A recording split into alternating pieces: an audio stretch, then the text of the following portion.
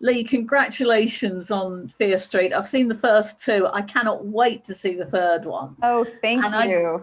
I just love the way you've used music in the first two to create that sense of period, because of course we're in the 90s and then in the 70s. Yeah. But with the first one, which is in 1994, I wondered how much you were recreating your own teenage years. So much. I was fully recreating it. It was incredible. I think that there is nothing that, like, listening to the playlist for that movie while we were shooting, while we were prepping, and I think that and like the smell of Herbal Essences shampoo immediately brings me back to like the summer of '94. It was very surreal because you'd hear that song and you'd be back. And so I was hoping that that is also what audiences would feel. And then obviously I was not a teenager in the 70s, but I hope that that is like a similar kind of experience for people then. And then, you know, hopefully new audiences, like younger audiences, will be able to discover the amazing kind of like, you know, spectrum of music that we have in these movies. So in the first one, was the choice of music yours? Did you choose the tracks? Oh, definitely. I mean, I think that like I had playlists made for the first movie and the second movie before we even wrote the scripts. And so I didn't know where all of those cues would necessarily go, and there were certainly more than ended up in the final movie, but I spent a lot of time in post-production with Rachel, my editor, and we put them in and we kind of crossed our fingers. And as we got like further in the process, Netflix was amazing about supporting us, and Nora and Lindsay, who are my great music supervisors, were able to kind of like guide us if there were a few occasions where certain cues were just, we weren't able to get them, and so they would be able to be like, well, you can't get that one, but what about this one? But yeah, it was a very personal decision, all of the music in there.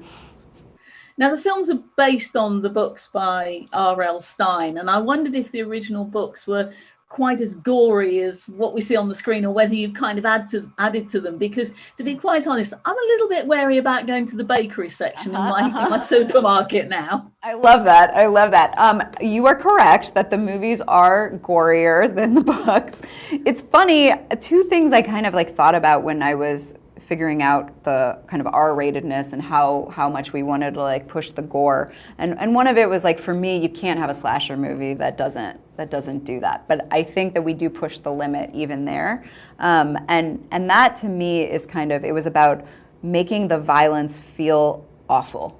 And so we would have an experience as an audience member of being on this fun ride with these characters and crazy things are happening, and then just reminding us that like, no, like there is evil happening in these films, and that there is like a real serious thing that's happening too, and kind of always reminding the audience of that. And part of it, you know, the books, I read them when I was, 14, 15, 16, and in my memory, they were very edgy, very subversive, very kind of like, and it's funny, so I just have this memory of them being on the edge, and so that's why it made sense to me to have the movies push it. Now, we've got 3 full-length feature films here, but instead of being given them all at once and therefore binging them, we're actually having to see them over consecutive weeks. Yeah. So we've got to, wait for them a bit, and that seems to be the trend at the moment. I wondered how you felt about that, and whether it's actually better for audiences to actually have to wait a little bit and raise their expectations.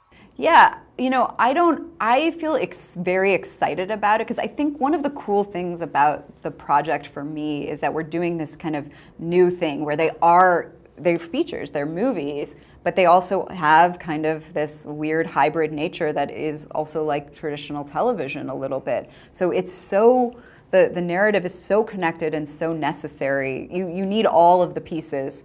You can appreciate the pieces by themselves, but you need all of the pieces to really understand the whole.